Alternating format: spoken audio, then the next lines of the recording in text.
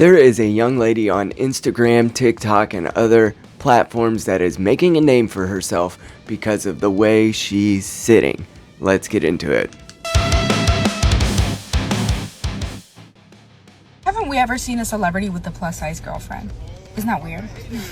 I mean, obviously, probably for sure would not happen in the skinny apocalypse. Sorry, but men do not prefer women with an extremely high BMI. Like, your amount of body fat, massive. And when will they ever accept this? So, they won't, because they're brainwashed into thinking that they're beautiful the way they are. Just so you know, covering this kind of content can make a man a little bit discouraged about what's going on in our society. However, as a therapist of 13 years, I am against the spicy material and digital addictions, and that's part of the reason I started this channel. So if you can get behind that, please like on the way in. I'd love to earn your support. There is a certain kind of mogging that is going on by a young lady named Savannah who has been making clips and shorts from a supposed podcast and is sitting in such a position that she has gained national attention. Say that men can never be women, and if we can't say that, then we can't live in a free society. Can we please stop addressing Ilhan Omar as a congresswoman? I mean, she's literally a fraud. Is it true that your school's libraries offer Islamic literature, like the Quran and other things? Yes, so Macmillan Junior High. This is not a normal way to sit. Even more importantly, that is not a normal way to have the camera angled. No normal woman who is not trying to present herself in a certain way sits in that manner with those body parts perfectly positioned in front of the camera. So it isn't typical of a creator to need to put their feet and their other body parts in the clips that they are posting, and so it seemed suspect enough that millions of people began to notice exactly what was going on here, and I took a little clip of Brett Cooper reacting to this. The frame. Guys, she is a politithought. That is her job. She is an OnlyFans creator, and she has carved this out to be her niche. And I have been cracking up at the comments because they are just so incredible. One person over on X said, at least she stands 11 toes down in her opinions. Yeah, she's got them dogs wiggling in frame. Another woman said her funnel for her OnlyFans is basically clam flapping and right-wing content. Yeah, clam flapping, we could also call it RBing. If we wanted to, if you know, you know. Anyway, this man also cut to the chase and he said, it's right-wing soft porn. She has certainly found a niche to exploit. Exactly. America was built on immigration, and if I'm correct, Trump's wife is an immigrant.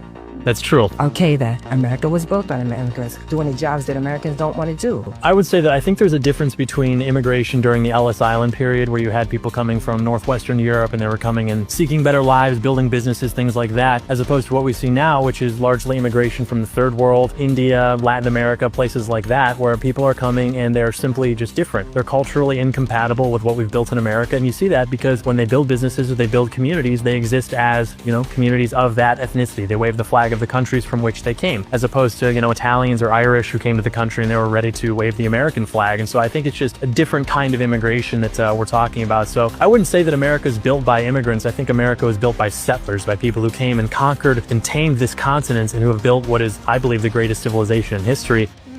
She thought she had him, but there you have it. She has found a niche among conservative commentators because she is one of the only ones in this arena who is selling her wares to people who might actually be Republicans. The first post that I saw, a post that now has over 13 million impressions and has blown this girl into the stratosphere of internet fame, or maybe I should say infamy. But this woman, Lauren, posted the clip that the girl made about Ilhan Omar, and she said this. She said, 5 years ago, we had brilliant conservative female thought leaders like Michelle Malkin blowing the lid open on mass migration and pissing off CPAC donors so badly that she was never invited back. Now, conservative female talking heads are just a bunch of shallow, disgusting skanks spewing low IQ talking points about Muslims.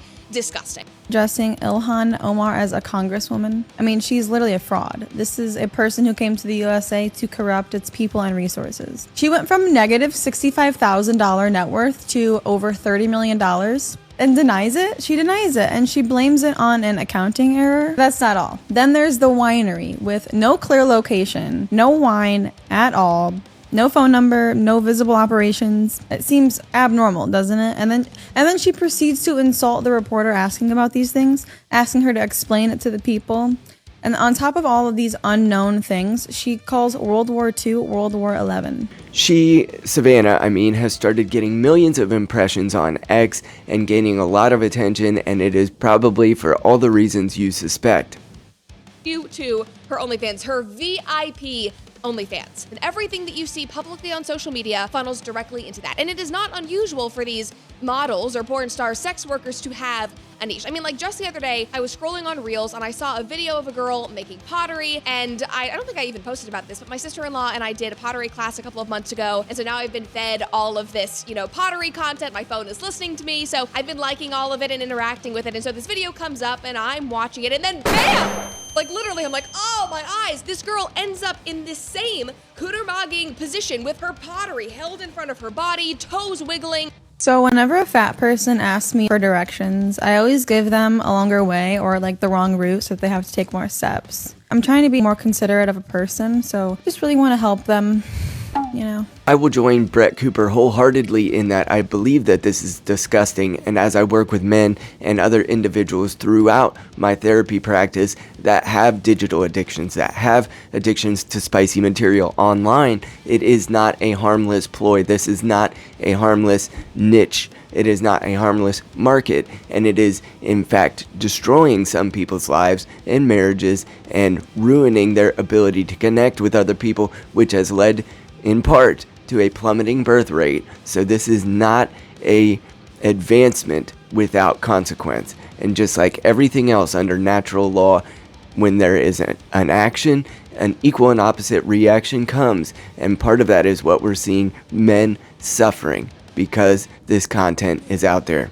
I'm really not surprised that this content exists, nor am I really concerned about it other than it being part of my general dislike for porn and the OnlyFans business. I still maintain that it is unsafe. Long term, I believe it is terrible for the self-worth of the creators, but most importantly with OnlyFans specifically, I believe that it is so incredibly isolating and mind-numbing for the subscribers. If you're subscribing to this kind of content, if you are creating this parasocial relationship with somebody like her on the pretense of her possibly fake political values, it's giving you this false sense of security and attention and importance as you're paying for this digital online lady friend who, I'm sorry, does not give a crap about you. In conclusion, while this slippery type of content might seem entertaining, it is not without its harms. And I would say to anyone who's suffering from digital addictions of any kind, whether it's spicy materials or some of these parasocial relationships that are out there, you can get help. I will help you. You can email me and I will give you